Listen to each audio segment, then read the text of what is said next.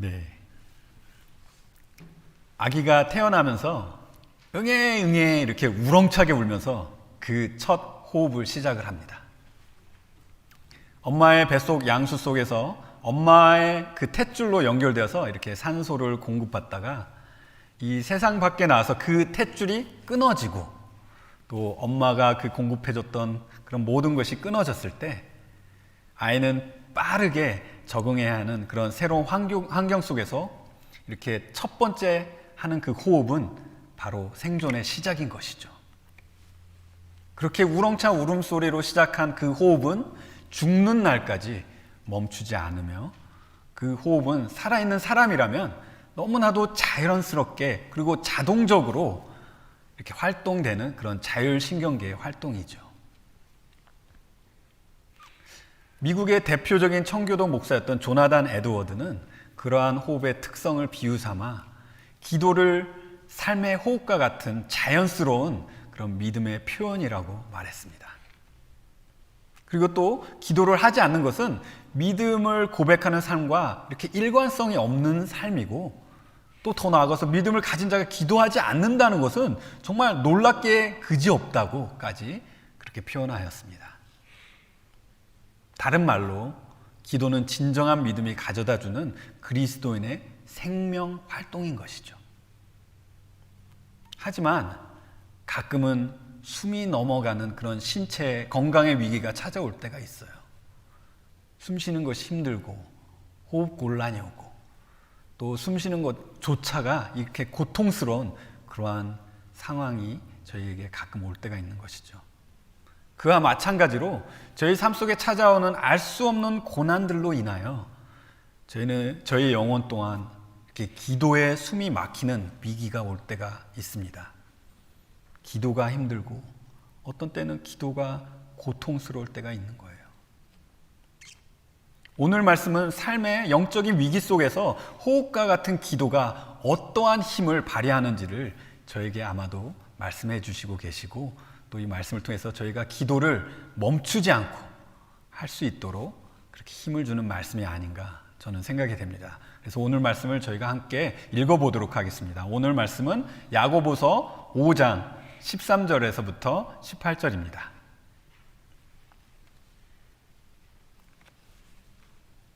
여러분들에게 제가 읽어드리도록 하겠습니다. 13절 너희 중에 고난 당하는 자가 있느냐 그는 기도할 것이요 즐거워하는 자가 있느냐 그는 찬송할지니라.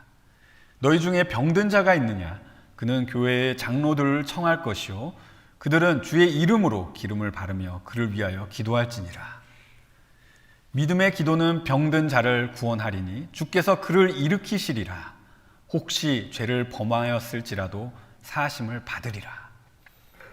16절 그러므로 너희 죄를 서로 고백하며 병이 낫기를 위하여 서로 기도하라. 의인의 간구는 역사하는 힘이 큼이니라.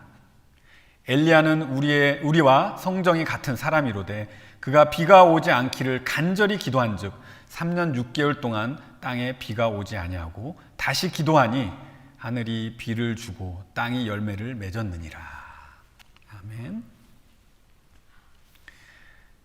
야고보는 이 고난 속에 있는 성도들이 해야 할 것은 기도라고 저에게 이 말씀을 통해서 말하고 있어요. 오늘 본문 속에서 야고보는 기도를 명령할 때 몇 가지의 상황들을 몇 가지의 이렇게 다른 상황들과 또 기도를 어떻게 해야 하는지를 저에게 또 이렇게 명령으로 말해주고 있어요.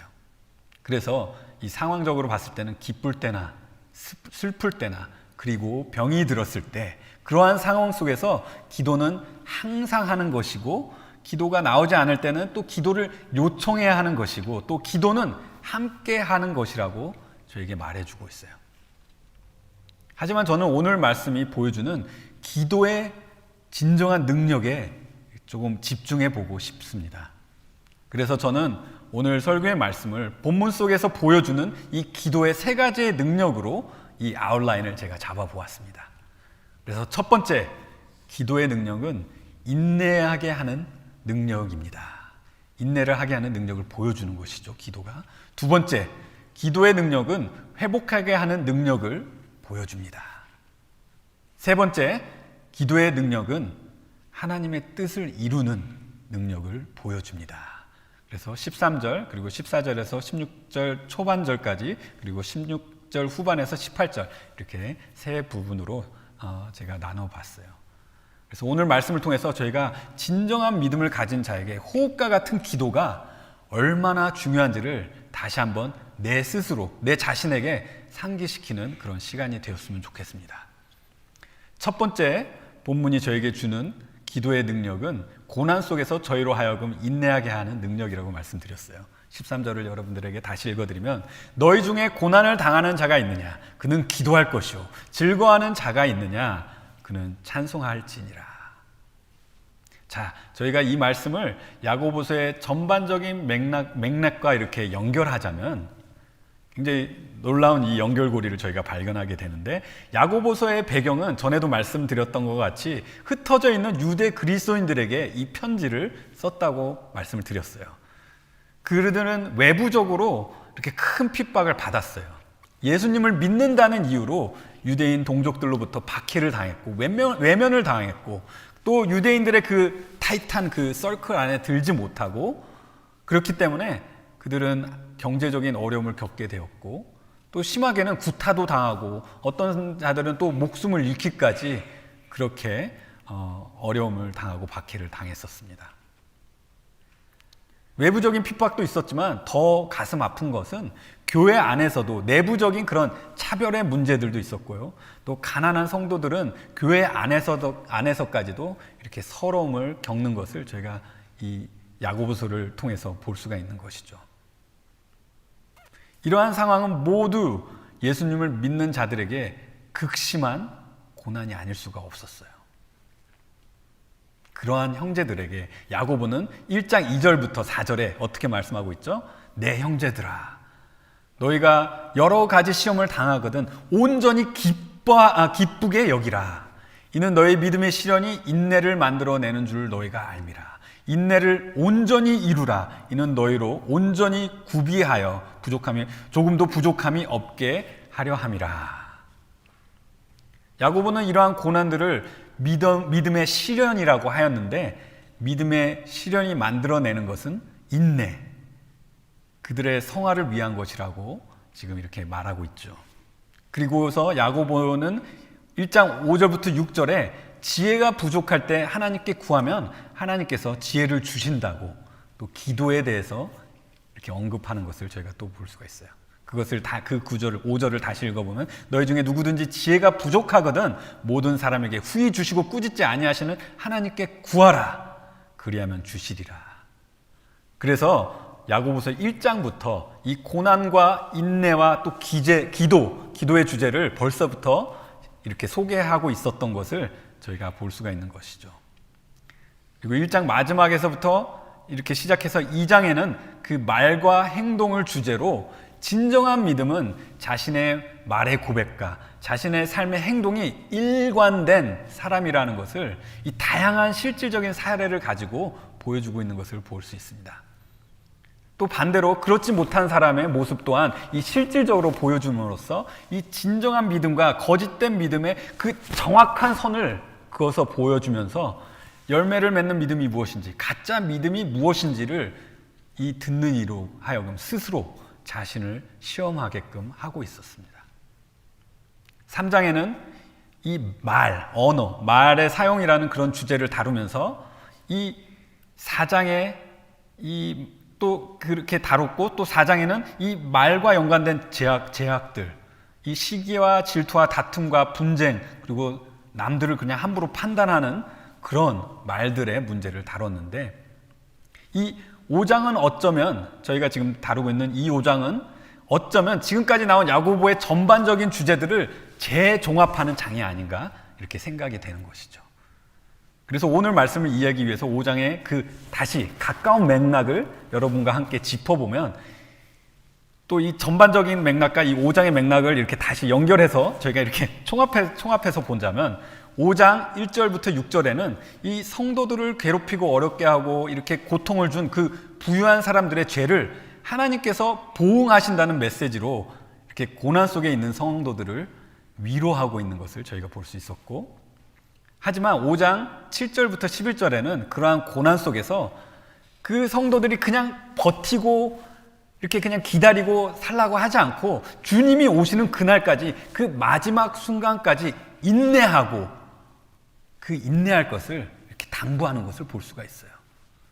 인내를 당부하면서 그냥 한없이 버티라고 그런 당부가 아니라 하나님의 섭리를 믿고 그 마음을 더 굳건하게 하라는 그런 명령까지 하는 것을 볼 수가 있는 거죠.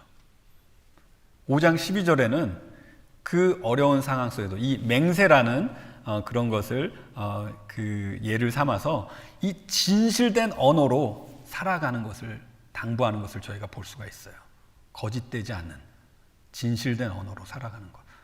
그리고 오늘 본문에 와서는 또 다른 언어를 소개하고 있습니다. 이것은 기도의 언어의 활용인 것이죠. 그래서 고난 속에서 야고보는 성도들에게 구할 때 후하게 주시는 하나님께 다시 한번 이 기도의 명령을 하는 것을 저희가 볼 수가 있어요.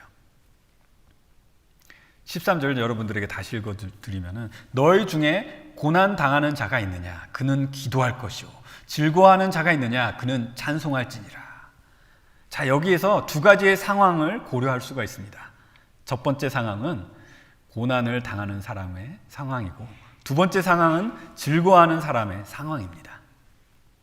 이 두 상황은 어떻게 보면 정확하게는 이 반대의 상황이라고 말할 수는 없어요. 하나는 외부적인 환경에서 오는 그런 어려움을 말하고 있고 하나는 내면에서 생겨나는 그런 감정의 상태를 말하고 있습니다. 그렇지만 저희가 곰곰이 생각해 보면 이 두 가지의 상황은 저희의 삶에 어쩌면 이렇게 극과 극을 설명하는 그런 상황을 말해주고 있다고 저희가 볼 수가 있는 것이죠. 그래서 저희가 경험하는 저희 삶의 모든 것이 이 고난과 기쁨 사이에 다 통틀어 끼워 넣을 수도 있다고 저희가 말할 수도 있겠습니다. 그렇게 생각하면 이것은 그냥 두 가지의 상황을 말하는 것이 아니라 모든 상황을 통틀어 얘기하고 있는 거예요.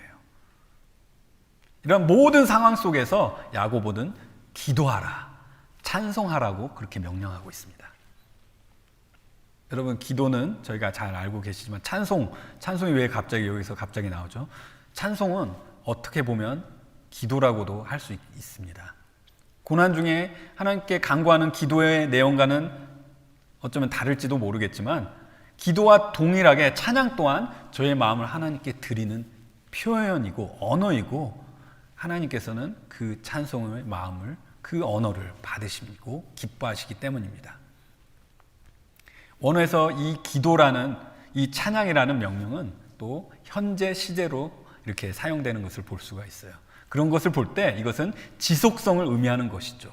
그래서 멈추지 않고 계속되는 쉬지 않는 그러한 기도와 찬양을 여기서 명령하고 있는 것이에요. 그래서 이 13절의 이 메인 아이디어는 이 어떠한 상황 속에서도 그것이 고난 속에서 굉장히 무겁고 힘들고 슬프고 아픈 상황이거나 아니면 그 마음이 굉장히 기쁘고 힘이 나고 행복한 그런 상황에서 어떤 상황에서도 쉬지 않고 기도 그리고 찬양, 기도하는 것을 지금 이 메인 아이디어로 저에게 보여주고 있는 거예요. 야고보는 앞에서 연관되는 그 고난과 인내함을 연결시켜 고난 당할 때만 기도하라는 것이 아니라 지금 여러분들에게 다시 말씀드리지만 어떤 상황 속에서도 항상 기도하라고 하는 것이죠. 저는 이 어떠한 상황 속에서 항상 기도하라는 그 기도의 삶을 이 사도 바울이 기도를 명령했던 그것을 예화로 한번 살펴보기를 원합니다. 그래서 에베소서 6장 18절에 보시면은 사도 바울은 이렇게 명령한 걸 볼 수 있어요. 에베소서 6장 18절에 모든 기도와 간구를 하되 항상 성령 안에서 기도하고 이를 위하여 깨어 구하기를 항상 힘쓰며 여러 성도를 위하여 구하라. 여기서도 항상 기도하고 힘써 서로를 위해 기도하라는 그 사도 바울의 기도의 명령을 볼 수 있는데 그래서 항상이 굉장히 강조가 되는 거죠. 또 빌립보서 4장 6절 여러분들이 잘 아시는 말씀이에요. 아무것도 염려하지 말고 다만 모든 일에 기도와 간구로 너희 구할 것을 감사함으로 하나님께 아뢰라. 여기에서 모든 일은 모든 것을 다 통틀어 말하는 거예요. 긍정적이든 부정적이든 삶의 모든 상황을 포함하는 그런 의미를 두고 있는 것이죠. 골로새서 4장 2절에는 기도를 계속하고 기도에 감사함으로 깨어 있으라. 여기서도 쉬지 않는 그 기도를 저희가 느낄 수가 있는 거죠. 그리고 데살로니가전서 5장 17절에서 18절에는 여러분들도 잘 아시는 말씀이죠. 쉬지 말고 기도하라. 범사에 감사하라. 이것이 그리스도 예수 안에서 너희를 향하신 하나님의 뜻이니라. 하나님의 뜻이니라. 여기서도 쉬지 말고 기도가 나오는 것이죠. 특별히 이 말씀에서 비춰지는 것은 이 기도는 이 바울이 성도들에게 명령하기 이전에 예수님 안에서 저에게 향하신 하나님의 뜻이라고 말하고 있어요. 성경은 기도에 대해서 어떤 상황 속에서도 저희가 쉬지 않고 해야 되는 마치 멈출 수 없는 이 호흡과 같은 영적 생명 활동처럼 이렇게 지속적으로 저에게 그 메시지를 전달해 주고 있는 것이죠. 이러한 멈추지 않는 호흡과 같은 기도는 저희가 힘들고 어려울 때 인내하도록 그 능력을 발휘하는 것입니다. 이 말씀을 저희 삶에 어떻게 적용해 볼까요? 여러분, 야고보는 이 처음부터 1장부터 고난이 주는 그런 두려움과 괴로움, 그리고 또 그 무거운 감정과 또 반대되는 그 기쁨의 감정을 동시에 말하고 있는 것을 저희가 기억하실 거예요. 그래서 1장 2절에 내 형제들아 너희가 여러 가지 시험을 당하거든 온전히 기뻐하라, 기쁘게 여기라. 여기서 시험이 나오고 기쁨이 또 나오는 것을 저희가 기억하시죠.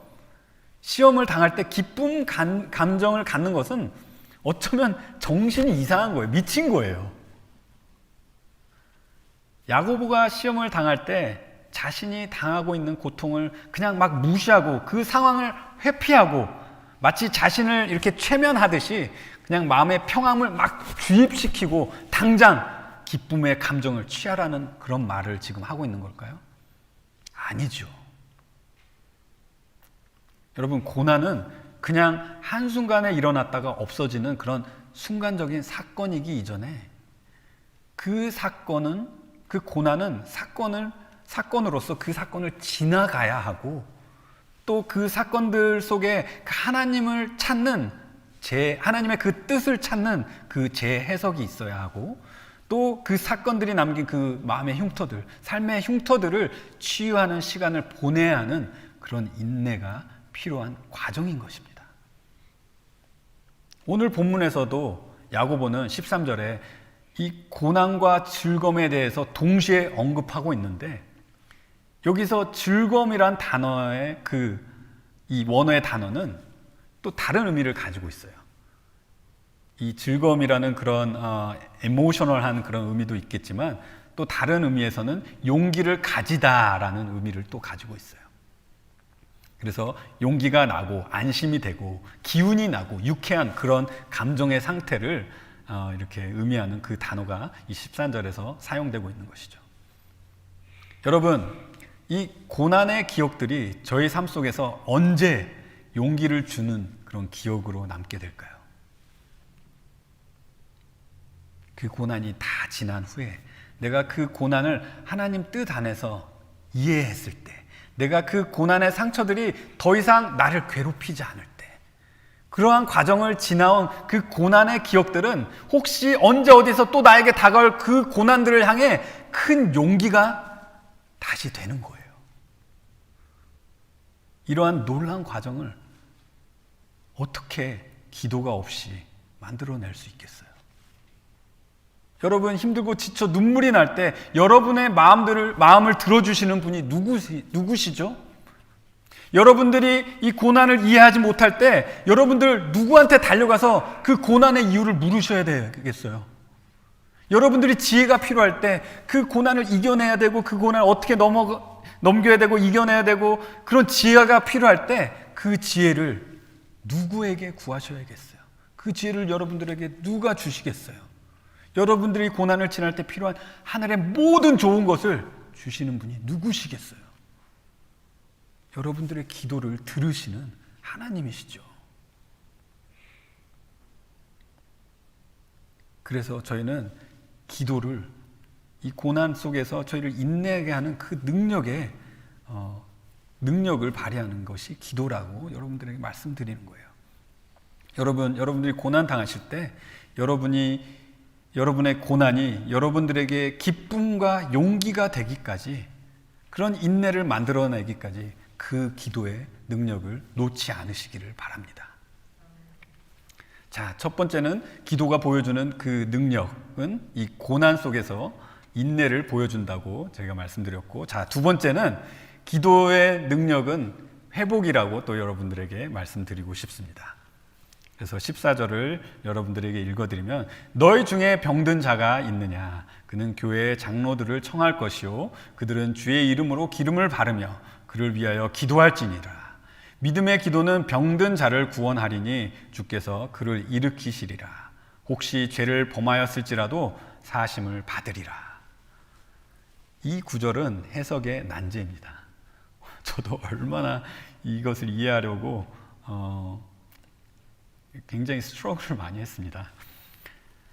이 구절은 이 병의 의미가 무엇인지, 이 장로들의 역할이 무엇인지, 또 이 기름의 역할은 또 무엇인지, 또 이 14절과 15절의 맥락적인 관계가 무엇인지, 또 이 구절이 이 본문의 이 5장 전체의 맥락과 어떻게 조화를 이루고 있는지, 이러한 것들을 어떻게 바라보느냐에 따라서 해석이 완전히 달라지는 것이죠.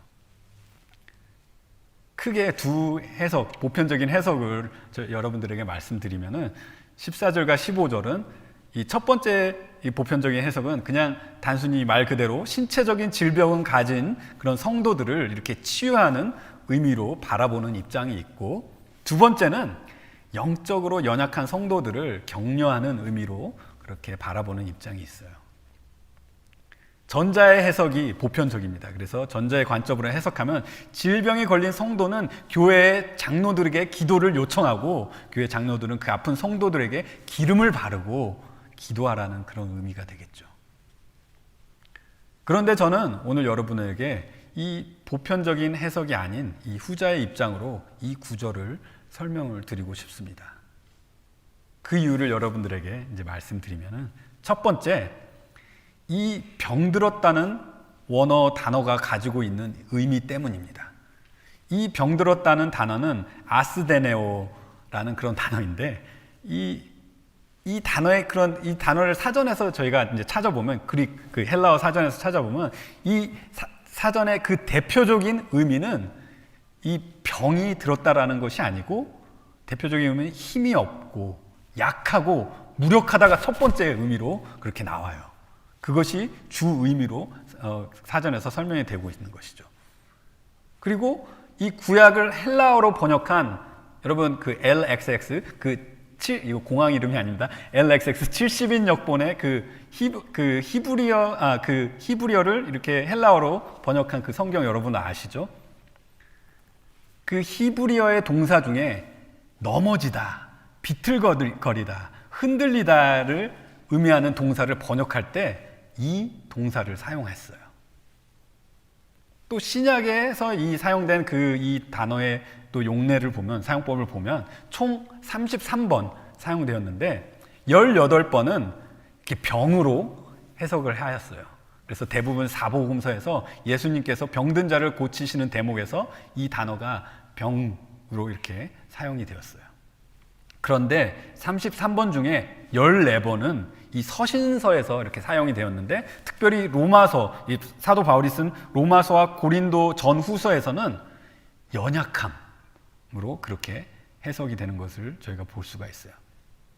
특별히 그 중에 고린도후서 12장 10절은 제가 여러분들에게 읽어드리면, 그러므로 내가 그리스도를 위하여 약한 것들과 능욕과 궁핍과 박해와 공고를 기뻐하노니 이는 내가 약한 그때 강함이라. 여기서 약하다는 게 그 동일한 단어이죠. 근데 여기서 이 연약이란, 이 약하다라는 이 단어를 이 고난과 연관시켜 줌으로써 오늘 본문의 사용법과 굉장히 유사한 그런 해석의 관점을 가지고 있는 것을 저는 이렇게 보는 것이죠.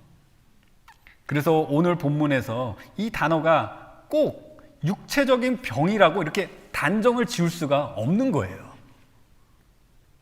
자, 두 번째 이유는 병든 자들에게 누구를 불러야 되죠, 원래? 의사를 부르거나 찾아가라고 이렇게 해야 되는데, 교회 장로, 곧 교회 지도자들을 요청하라는 것은, 이것은 제가 봤을 때는 이 영적인 문제를 다루고 있다고 생각이 들기 때문입니다. 물론 교회의 영적인 지도자들, 교회 목회자들, 목사님들은 육체적으로 병든 그런 성도님들을 위해 그분들을 찾아가야 되고 기도해야 되는 것이 맞습니다. 그리고 그때 당시에서 이렇게 교회의 이런 장로들, 교회의 어르신들을 불러서 이렇게 아픈 사람들을 위로하고 기도하는 것이 보편적인 그런 풍습이라는 그런 또 말들도, 이런 그 주석가들의 말들도 많이 있어요. 근데 병을 고치는 데 있어서 이 교회의 장로님들이 기름을 바르는, 마치 의술을 하는 그 의사의 역할을 하는 것이 조금 의아해할 수밖에 없는 것이죠.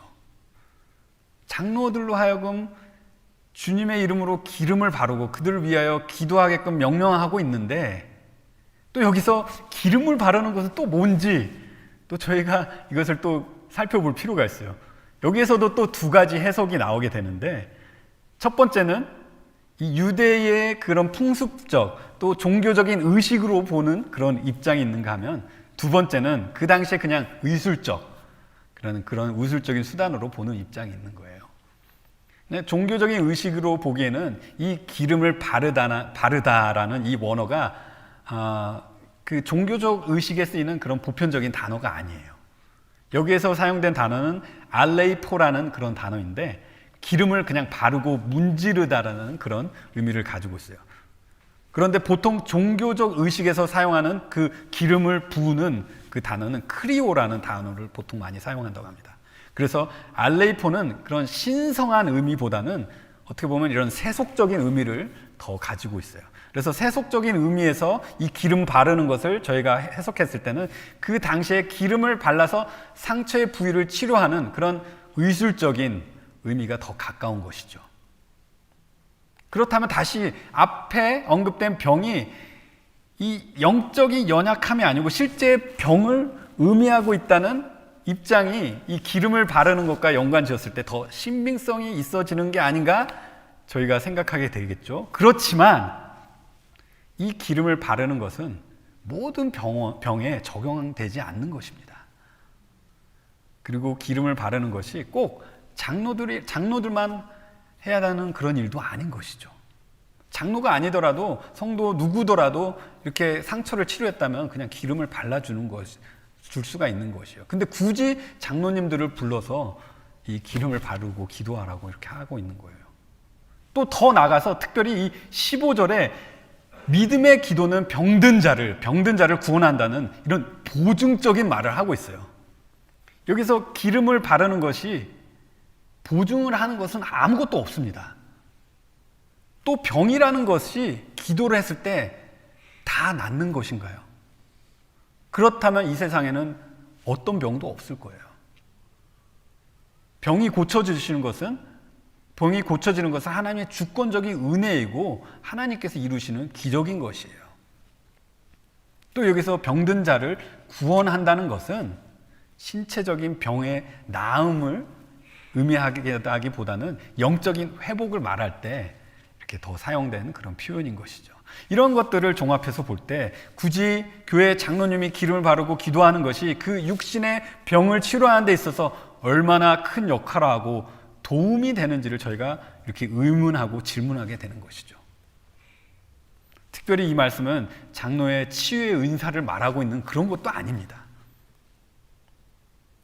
더 나가서 병과 이런 죄의 관계를 생각했을 때 모든 병이 다 죄와 연관이 있나요?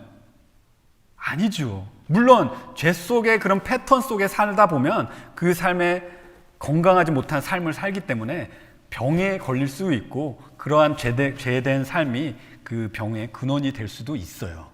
하지만 성경은 죄가 병의 직접적인 근원이라고 말씀하시지 않습니다.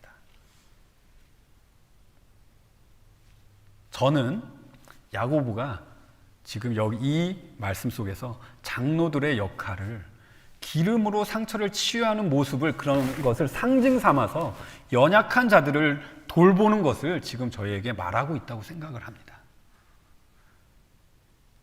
고난 속에서 지쳐 연약해진 그런 성도들, 마치 병에 든 것 같이 힘이 없고 무력해져서 자포자기의 상태까지 간 그 영혼들, 더 이상 기도할 힘이 없고 더 이상 인내하기가 힘들고 두려움에서 헤어나지 못하는 그런 성도들에게 이러한 상황 속에서 그들은 야고보에서 이렇게 야고보서 1장 13절에 언급된 그런 죄를 지을 수 있는 위험이 굉장히 큰 것이죠.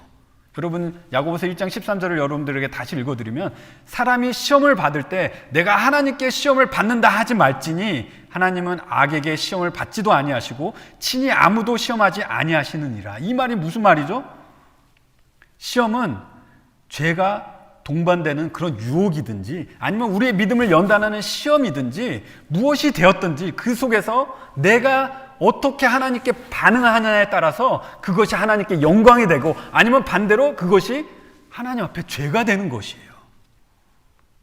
그래서 이 오늘 본문 15절에 혹시 죄를 범하였을지라도 이런 말이 나오는데, 영적인 그 연약함 속에서 하나님을 원망하는 그런 죄를 짓는 그런 문맥과 잘 이어지는 것이죠.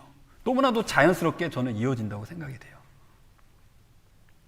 이 연약해진 성도들에게 필요한 것은 장로들의 강한 믿음의 기도인 것이죠. 그 강한 믿음의 기도를 통해서 회복이 되고 예수님께서 그 기도를 사용하셔서 쓰러진 영혼을 일으키신다고 여기서 말씀하고 계신 것인데, 여러분, 교회 장로님들은 괜히 장로님이 아니십니다. 이 장로님들은 목자 대신 예수님의 언더 셰퍼드예요. 예수님의 양들을 섬기는 자들이고 예수님의 양들을 예수님의 말씀으로 가르치고 먹이는 자들이고 예수님의 양들을 악한 것들로 지키는 그런 역할을 하는 그런 분들이 장로님들이에요. 그래서 장로님들은 이 성도의 연약함을 잘 인지하고 돌봐주고 세우는 그런 역할까지 해야 되는 것이죠. 또 성도들이 죄 속에 있다면 그것을 가만히 보고 관가하는 그런 분들이 장로님이 아니세요. 장로님들은 성도들을 사랑으로 그 죄에서 돌이키게 하는 또 역할을 하는 그런 귀한 분들입니다. 그러한 분들의 기도는 그 기도 속에 사랑이 있고 힘이 있는 거예요. 그래서 연약한 성도들에게 위로가 되고 힘을 주는 그런 능력이 되는 것이죠. 여러분, 예화로 인공호흡기 아시죠? 인공호흡기는 환자가 너무 쇠약해져서 이렇게 스스로 호흡하지 못할 때 사용되는 그런 의술기구이죠. 여러분 잘 아시죠? 인공호흡기는 이렇게 폐 질환을 직접적으로 치료하거나 낫게 하는 것이 아니라고 합니다. 또 인공호흡기는 이렇게 폐 속에까지 들어가야 해서 이렇게 의식이 있는 분들에게는 어쩌면 이 인공호흡기를 이렇게 폐 속에 삽입할 때 굉장히 고통스럽고 불편하기까지 하다고 그렇게 합니다. 여러분, 어쩌면 장로님들의 그런 기도의 역할이 이런 인공호흡기와 같은 역할이 아닌가 저는 생각이 되는 거예요. 여러분, 호흡과 같은 기도가 희미해지고 마치 숨이 넘어갈 정도로 여러분의 영적 상태가 위태로울 때 마치 이런 기도가 인공호흡기처럼 저희가 다시 호흡을 할 수 있도록, 다시 기도를 할 수 있도록 우리에게 그 넘쳐나는 능력의 힘을 이 기도로 이렇게 주는 것이죠. 이러한 기도는 하나님을 향한 믿음을 다시 굳건하게 세우고 기도할 수 있는 힘을 다시 저에게 주게 합니다. 어떤 때는 장로님들의 기도가 불편할 때도 있어요. 그 기도 속에서 나의 죄가 드러날 때 심히 불편할 수밖에 없어요. 하지만 그러한 기도는 여러분의 죄에서 빨리 돌이킬 수 있도록 하는 그런 능력이 되는 것이고, 그러한 기도가 진정 회복에 큰 도움이 되는 기도가 되는 것이죠. 자, 그래서 저는 이 말씀을 이렇게 해석할 수밖에 없는 것이죠. 고난 중에 믿음이 연약해지고 더 이상 기도할 힘이 없고 하나님을 원망할 수도 있는 그런 죄의 위험에 빠진, 그런 위험에 처한 성도들이 성도들을 돌봐주는 역할을 맡은 교회 지도자들에게 자신의 삶, 그 상처와 연약함을 드러내고, 장로들은 그들을 돌봐주고 그들을 케어하라는 그런 말씀인 것이죠. 장로들은 그들을 예수님의 이름으로 그들을 돌봐주고 그들을 위해서 기도할 때 그 기도의 능력이 그 고난 속에서 힘을 잃은 그 무기력함을 회복할 수 있는, 또 원망하는 그런 죄악의 태도에서 돌이킬 수 있는 그런 용서받는 그런 능력을 발휘한다고 저는 이 말씀을 해석할 수 있는 것이죠. 자, 그러면 이 말씀을 저희 삶에 어떻게 적용할까요? 여러분, 고난 속에서 어려우실 때 너무 혼자라고 생각하지 않으시기를 바랍니다. 저희 교회는 여러분을 예수님의 이름으로 사랑하고, 여러분을 하나님의 말씀으로 인도하고, 여러분의 영혼들을 돌보며 여러분과 함께 기도해 줄 수 있는 그런 목회자들이 있습니다. 여러분들의 기도가 나오지 않을 때 여러분들에게 강한 힘이 되어주는 기도를 함께 할 것입니다. 또 다른 한편에서는 교회 장로님들, 교육자들은 성도님들이 아픈 상처에 기름을 바르듯이, 그것을 치유하듯이 성도님들의 영혼을 돌보는 일에 충성을 다하고 성도님들을 사랑하고 위로해주고 함께 기도해주는 것을 성실히 해야 된다는 것이 이 말씀이 저에게 주는 교훈이 아닌가 생각이 됩니다. 그래서 야고보는 16절에 그러므로 너희 죄를 서로 고백하며 병이 낫기를 위하여 서로 기도하라. 그러한 도움을 받기 위해서는 서로에게 자신의 솔직한 상태를 고백하라고 하고 있는 것이죠. 그냥 자신의 처한 상황을 말하는 것을 넘어서서 내 삶 속에 일어나는 나의 죄까지도 숨기지 말고 다 말하라고 그렇게 하고 있는 거예요. 그렇게 할 때 저희를 아프게 했던 고난이 이렇게 치유의 과정으로 넘어갈 수 있는 것이에요. 자, 그런데 여기서 16절 마지막을 읽어보면 의인의 강구는 역사하는 힘이 큼이니라 라고 말하면서 엘리야를 예화로 그 기도의 능력이 무엇인지를 또 보여주고 있어요. 저는 이것을 마지막 포인트로 기도는 하나님의 뜻을 이루는 능력이라고 말씀드리고 싶습니다.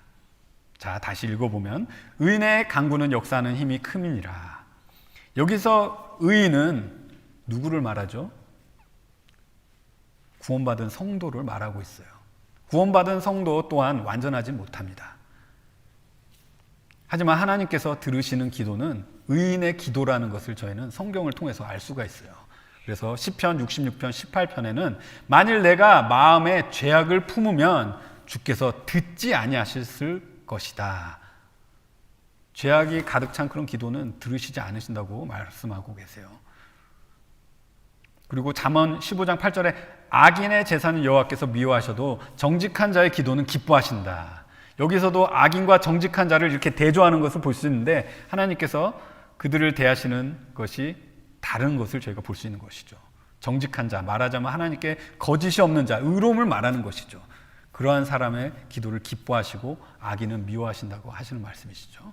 또 잠언 28장 9절에는 귀를 돌리고 율법을 듣지 않으면 그의 기도조차 역겹다. 좀 강한 말씀이시죠. 하나님의 말씀을 듣지 않는 것, 그냥 듣는 것뿐만 아니라 그걸 행하지 않는 그 모든 그 액티비티를 말하는 것이죠. 그런 사람의 기도할 때 그것을 역겹다라고 하나님께서 또 이렇게 말씀하시는 것이죠. 이런 것들을 조합해 보면 하나님께서 의로운 자의 기도만 들으신다는 그 기도의 신학을 저희가 뽑아낼 수 있는 거예요. 성경에는 누가 의롭습니까? 로마서 3장 10절에 의인은 없나니 하나도 없다고 말씀하셨어요. 그렇다면 이 세상에 누구의 기도를 하나님께서 들으시겠습니까? 로마서 5장 1절에 그러므로 우리가 믿음으로 의롭다 하심을 받았으니 우리 주 예수 그리스도로 말미암아 하나님과 화평을 누리자. 예수님을 믿고 의롭다함을 입은 자들의 기도를 들으시는 것이죠. 예수님을 믿는 자들의 기도는 자신의 욕심을 채워서 하는 기도가 아닙니다. 이미 저는 이 야고보서 4장을 설교 드릴 때 믿는 자들과 믿지 않는 자들의 그런 기도의 모습을 설명을 드렸어요. 4장 1절로 돌아가서 여러분들이 보시면은 제가 잠깐 읽어드리면 너희 가운데 싸움이 어디서 오며 다툼이 어디서 오느냐? 너희 지체 안에 있는 싸우는 정욕에서 나오는 것이 아니냐.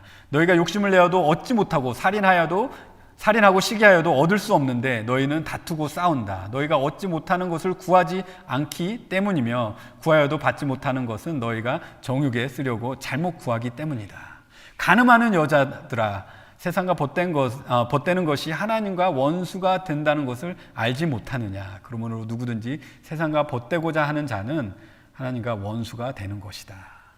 제가 좀 다른 번역을 여기다 써놨는데 이 구절의 맥락은 세상에 벗된 하나님과 원수된 자를 지목하는 그런 말씀이고, 하나님과 원수되는 것은 진정 믿음이 없는 구원받지 못한 자들을 여기서 설명하고 있는 거예요.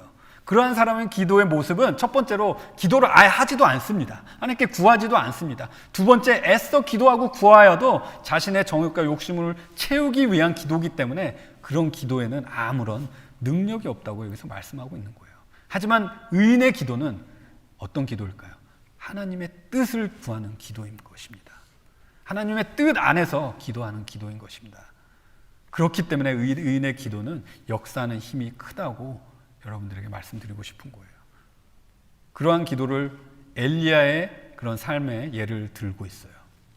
갑자기 조금 스트레인지한 것 같기도 해요. 갑자기 엘리야가 나오고 엘리야가 비를 내리고 비를 내리지 않고 그것을 기도로 이렇게 이뤘다는 그런 예가 좀 뜬금없이 들리기도 하는데, 다시 읽어보면 17절에 엘리야는 우리와 성정이 같은 사람이로되 그가 비가 오지 않기를 간절히 기도한즉 3년 6개월 동안 땅에 비가 오지 아니하고 다시 기도하니 하늘이 비를 주고 땅이 열매를 맺었느니라.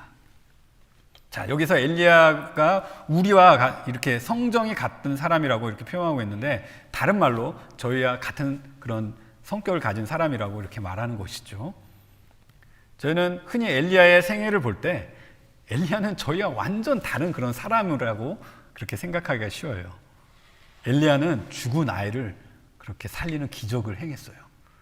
엘리야는 또 갈멜산에서 바알을 섬기는 450년간 이렇게 맞짱을 떠서 이렇게 하나님이 참 하나님이신 것을 보여줬어요. 하늘에서 불을 내리는, 그래서 제단을 태우는 그런 능력을 보여줬죠. 얼마나 대단한 용기예요. 또 심지어는 엘리야는 죽음을 맛보지 않고 하늘나라에 갔어요. 그렇게 위대한 선지자를 저희가 볼 때 저희와 같은 사람이라고 그렇게 말하기가 쉽지 않죠. 그렇게 위대한 선지자를 야고보는 저는 제 자신을 생각할 때 너무나 연약한 사람인데 저와 같은 그런 성정을 가지고 있다고 야고보가 말하고 있는 거예요. 굳이 비슷한 점을 찾아보면은 물론 엘리야 또한 저희와 같이 배고픔을 느꼈어요. 또 두려워하기도 했어요. 또 심한 우울증에 빠지기도 했고, 그런 우울증에 시달려서 이렇게 죽기를 바랬던 그런 사람이었어요. 엘리야가 그렇게 위대한 기적과 그런 일들을 행했지만 저희와 동일한 연약함을 가지고 있던 것이었죠. 그런데 저희가 열왕기상 17절을 읽어보면 비를 내리고 안 내리고는 엘리야의 기도에 달려있지 않고 하나님께서 비를 내리지 않고 또 그 비를 허락하시는 그 하나님의 주권, 하나님의 뜻에 달려있다는 것을 저희가 읽을 수 있어요. 그래서 비가 오고 안 오는 것은 그 원인은 엘리야의 기도가 아니라 하나님이 원인인 것이죠. 그것이 확실하게 열왕기상 17절에 비춰지는 그런 하나님의 모습이에요. 그렇다면 왜 야고보는 마치 엘리야의 기도가 그 비를 그치게 하고 내리게 한 그 능력의 근원처럼 말하고 있는 것일까요? 하나님은 엘리야의 기도를 통해 엘리야를 사용하시는 하나님이신 것을 사람들에게 보여주셨어요. 그래서 엘리야가 하는 것이 진정 하나님의 뜻인 것을 증명하게 하신 것이죠. 야고보는 어쩌면 이 고난을 이야기할 때 엘리야의 그 예화 속에 나온 그 가뭄이 너무나 견딜 수 없는 그런 오랫동안의 그런 심한 고통과 같은 그런 것으로 이렇게 비춰서 말하고 있는 것일 수도 있겠어요. 그래서 고난을 받는 성도들의 그 메말라가는 마음을 이 가뭄을 통해서 표현해주고, 또 기도를 했을 때 또 하나님께서 비를 내려주게 하심으로써 그 다 타버리고 남은 게 없는 것 같은 그 심정을 하나님의 자비하심으로 그 비를 내리서 이렇게 적시는 그런 그림을 그려주고 있는가 이렇게 생각할 수도 있지만, 하지만 저는 엘리야가 이렇게 그 기도로 이렇게 불러온 가뭄과 비는 그 이상, 저희의 그냥 고작 저희의 고난을 표현하는 그 이상의 의미를 보여주고 있다고 저는 생각이 듭니다.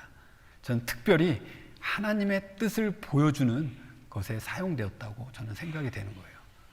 엘리야는 훌륭하고 위대한 선지자였지만 스스로에게는 능력이 있는 것이 아니라 그가 했던 기도는 그 가뭄을 오게 하고 또 비가 내리게 함으로써 하나님의 그 진노의 경고를 보여주었고, 하나님의 또 자비를 보여주는 놀라우신 하나님의 뜻이 우리와 같은 연약했던 그런 사람들의 기도들을 통해서 나타났다는 것을 저에게 지금 야고보가 말해주고 있는 것인 것이에요.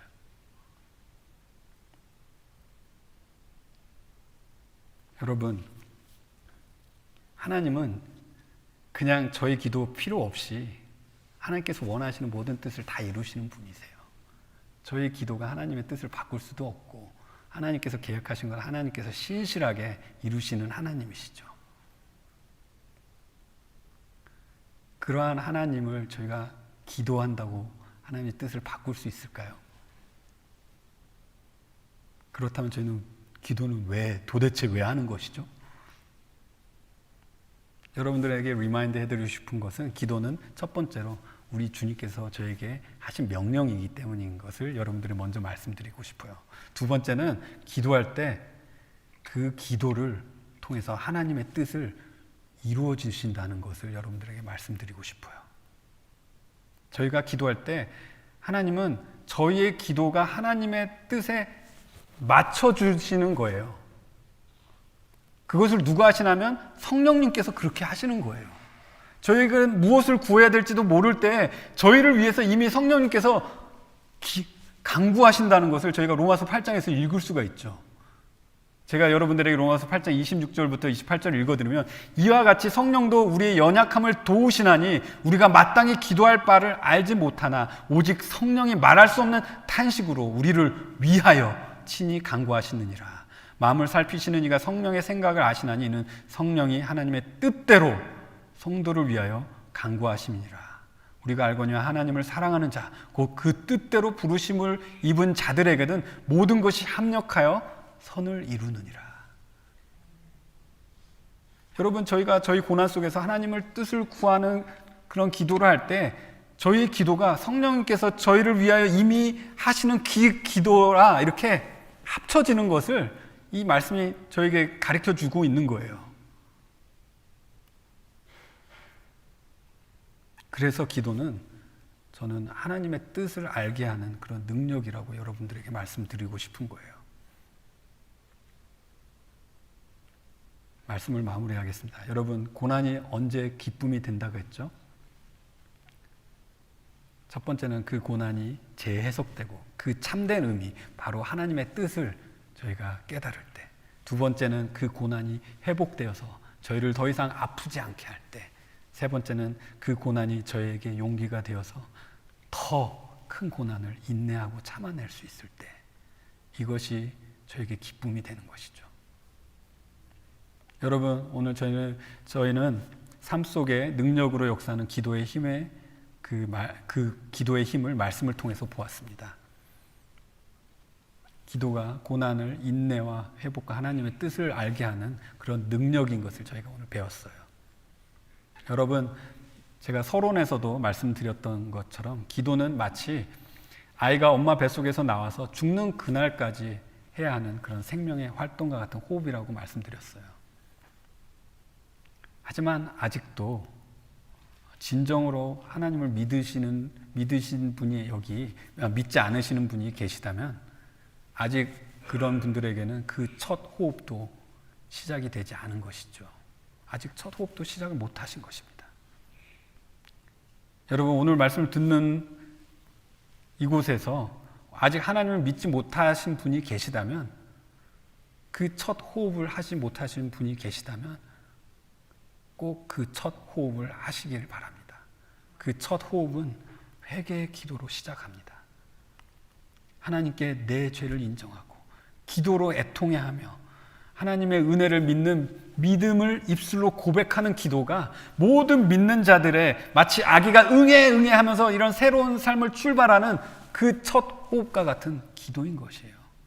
그래서 로마서 10장에 이렇게 말씀하고 계세요. 내가 만일 내 입으로 예수를 주로 시인하며 또 하나님께서 그를 죽은 자 가운데서 살리신 것을 내 마음으로 믿으면 구원을 받으리라. 사람이 마음으로 믿어 의에 이르고 입으로 시인하여 구원에 이르느니라.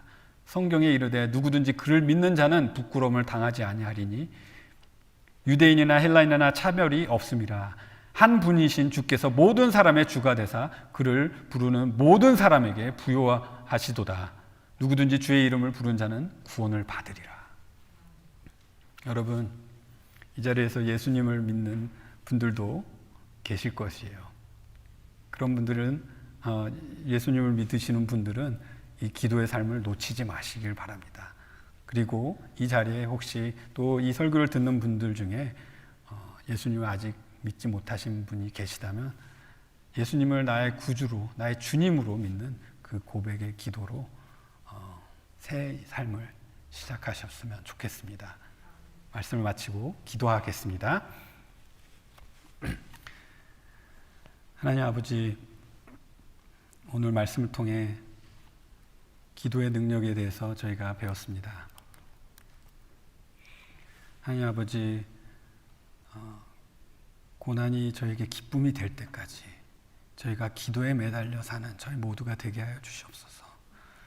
이 기도 속에 주님께서 숨겨두신 그 놀라운 그 능력들을 한없이 체험하는, 그래서 주님의 뜻이 무엇인지, 그리고 저희가 회복되어서 또 저희뿐만 아니라 많은 사람들에게 저희가 회복받은 그런 것들로 용기를 심어주고 함께 기뻐할 수 있는 저희 모두가 될 수 있도록 여기 계신 성도님들과 저희 모두를 축복하여 주시옵소서.